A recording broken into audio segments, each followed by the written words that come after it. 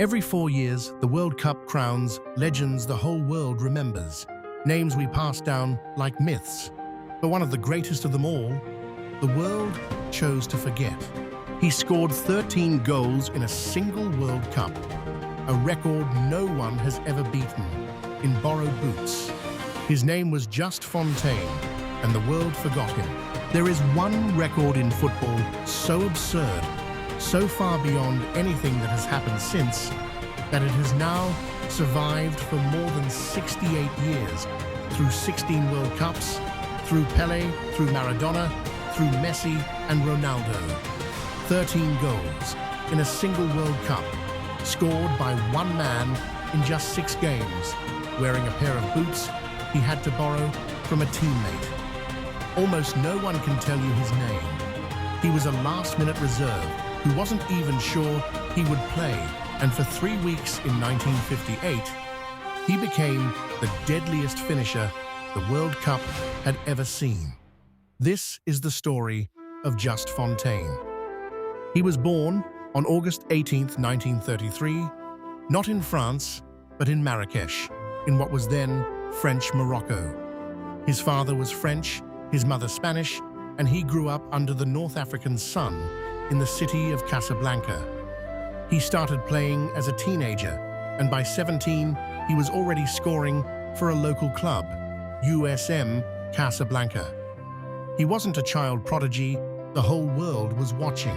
He was a quick, sharp, hungry forward, a long way from the centers of football power. A kid who simply could not stop scoring goals.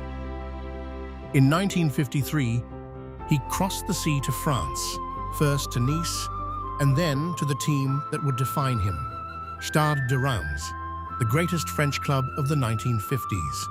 There, Fontaine was paired with another brilliant attacker, Raymond Kopa, and together they became known as Le Tandem Terrible, the terrible tandem. Their understanding was almost telepathic. Defenses simply couldn't cope.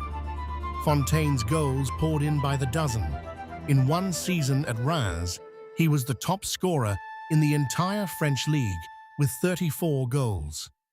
He was quietly becoming one of the most lethal forwards in Europe, but on the international stage, almost no one had noticed him yet. By the time the 1958 World Cup arrived, Fontaine had played only a handful of internationals in 4.5 years. He was not the plan. He was barely a backup. He went to Sweden so unsure he'd even get on the pitch that he packed just one pair of boots. Then 2 strokes of fate changed everything. A knee operation that winter had forced him to rest.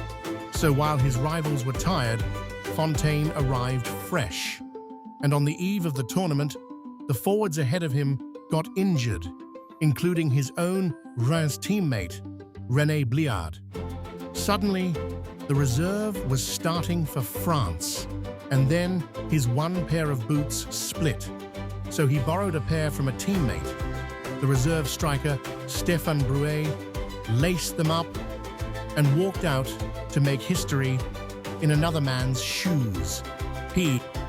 What happened over the next 3 weeks has never been equaled. Fontaine scored in every single game he played. A hat-trick in the opener against Paraguay, 2 more against Yugoslavia, 1 against Scotland, 2 against Northern Ireland in the quarter-final. Even in the brutal semi-final, a 5-2 loss to Brazil, he found the net again. And then, in the third-place playoff against West Germany, with the world watching, he scored not 1, not 2, but 4 goals in a single match. When it was over, the number beside his name read 13 in just 6 games. And astonishingly, he could have had 14. In that last match, he handed a penalty to a teammate. No striker, before or since, has ever come close. But here is the cruel twist of timing. That very same tournament, the 1958 World Cup in Sweden, is remembered for someone else entirely. Because that was the World Cup where a skinny 17-year-old named Pelé announced himself to the planet, and the team Pelé's Brazil beat in the semi-final 5-2 on their way to glory? France. Fontaine's France. So even in the greatest individual scoring performance the World Cup has ever seen, Fontaine was overshadowed by the birth of the most famous footballer who would ever live. He scored 13 goals, and still, the spotlight belonged to someone else. Brazil went on to win the whole tournament, their first world title ever, while France, carried by Fontaine's 13 goals, finished third. To understand how impossible his record is, just look at who has chased it. Gerd Müller, 10 goals in 1970. Ronaldo of Brazil, 8. Kylian Mbappe in 2022, 8. For perspective, at the 2022 World Cup, the entire Argentina team, across 9 matches, scored 23. Fontaine scored 13 on his own in 6. And the strangest part? In 1958, FIFA didn't even hand out a trophy for the top scorer. There was no Golden Boot yet. For the greatest goal-scoring feat in World Cup history, Fontaine later said, all he received was, in his own words, a rifle from a Swedish newspaper for being top marksman. And here is where the modern game makes Fontaine's record look even more impossible. In 2026, Lionel Messi became the highest goal scorer in the history of the World Cup. A staggering achievement. But look closer. Messi's goals were scored across 6 different World Cups over 20 years. Fontaine scored his 13 in 1, in 6 games, in a single summer. They are 2 completely different records. Messi holds the most across a whole career. Fontaine still holds the most in a single tournament.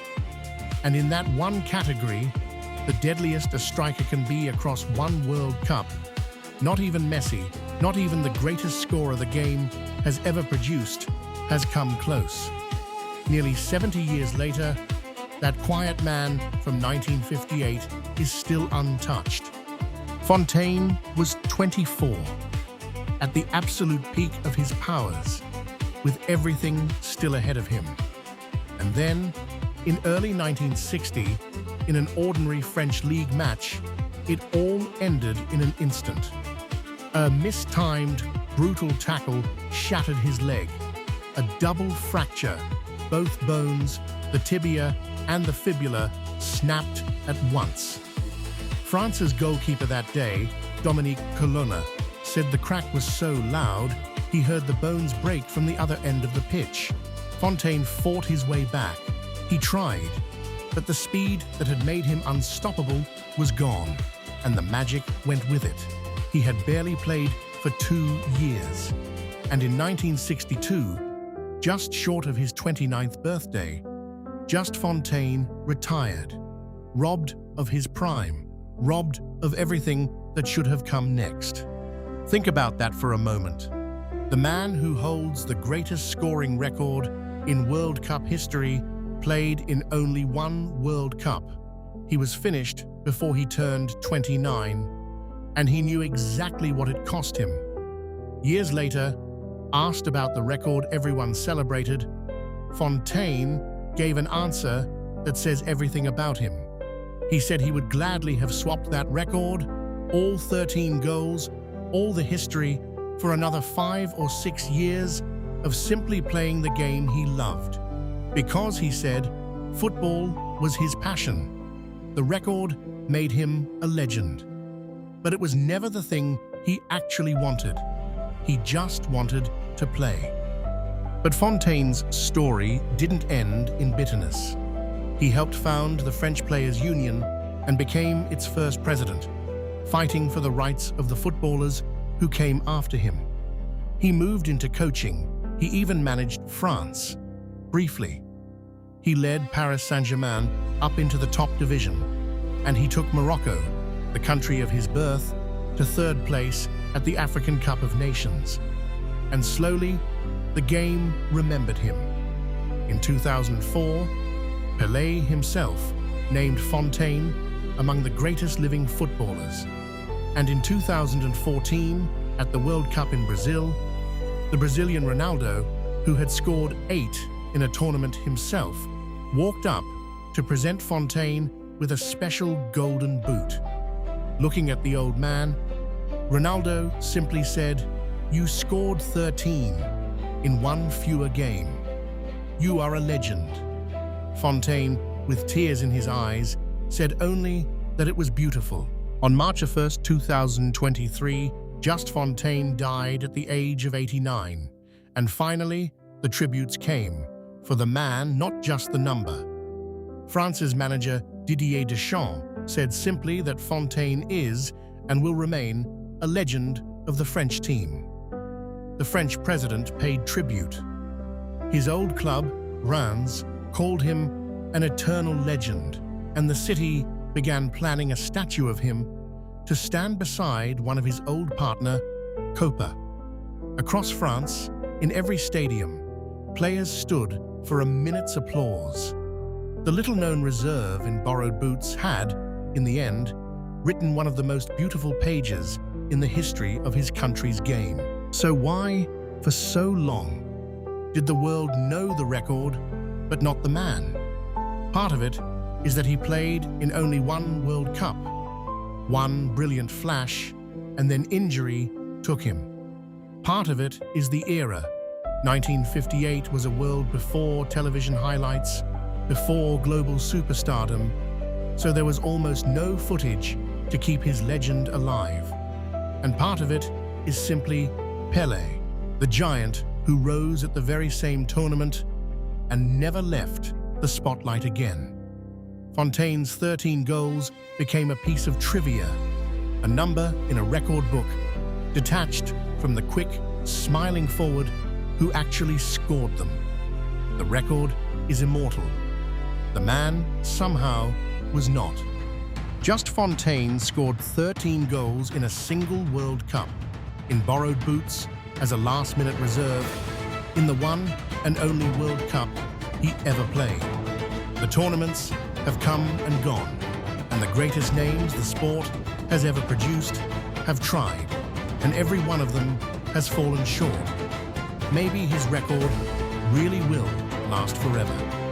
Or maybe, someday, a player we haven't even heard of yet will write a new page of history and finally chase down that number. But until that day comes, there is one small thing the world forgot to do for far too long. Say his name. Just Fontaine. If you believe records like this deserve a face and a name, subscribe and stay with us. Because next time, we tell the story of the only goalkeeper in history ever to win the Ballon d'Or. A man they called the Black Spider, who redefined what a goalkeeper could be. His name was Lev Yashin. Subscribe. You do not want to miss that one.